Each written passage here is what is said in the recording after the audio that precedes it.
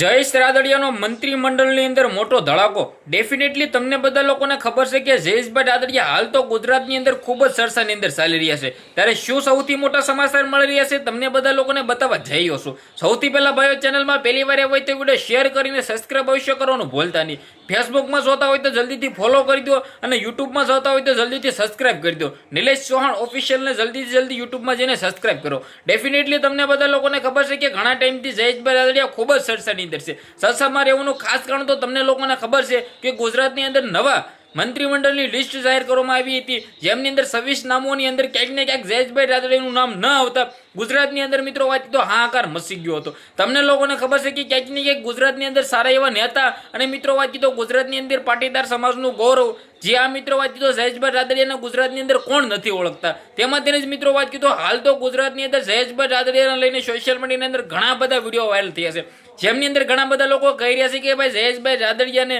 સાથે જે થયું છે બિલકુલ ખોટું થયું છે.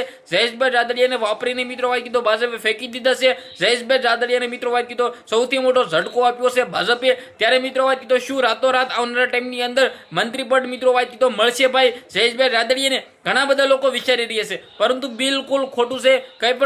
કોઈ પણ મિત્રો વાત કીધો જયેશભાઈ રાદડિયાને ફરી વખત મંત્રીમંડળની અંદર નામ આપવામાં નહીં આવે, નહીં કે મિત્રો વાત કીધો આવનારા ટાઈમની અંદર મિત્રો કોઈ પણ એવું મોટું નામ જયેશભાઈ રાદડિયાનું બની શકશે.